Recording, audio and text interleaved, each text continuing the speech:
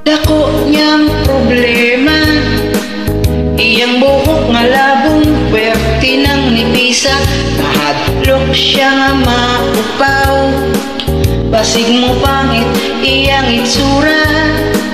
Naghiso siyag itlog, may tayo mong paugdo na lana. Paskang di malasa, walay buhok ni tubo, nitugkan pa hinuon siya o kaspa. Tungod sa kabalaka, ipakonsulta sa doktor na espesyalista. Pasyente nagduda, kay ang doktor pwerte sang upawa. Kunya ang resulta, matud pa sa doktor na okay na. Kanang imong kaupaw, ayaw lag kabalaka, kay madugay maanad kara. Ambot nga no, dagan dihang mga upaw ug ulo, apan ang bungot ug mga balahibo, labong paman kaayo. Ang atong ulo, diha malubong sa nimpuyo, kanang dapita gyud sa tawo, maugayoy makalbo.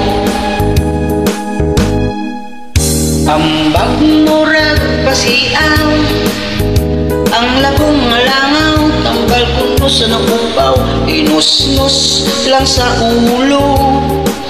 Buhok mo tubo, tagsa kadangaw, iya kining gituman, labong ginusnos adlaw-adlaw. Balik ko sa kasimana, gisusi og gitanaw, ang upaw ni samot kasinaw.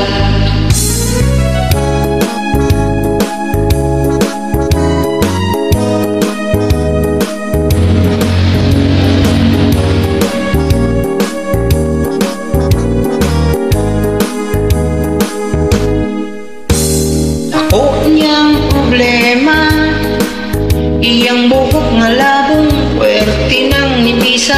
Nahadlok siyang maupaw, basig mo pangit iyang itsura.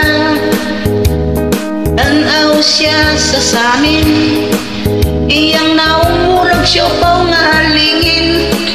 Sa likod ug kilid, taas ubot ka aping, apan ang ibabaw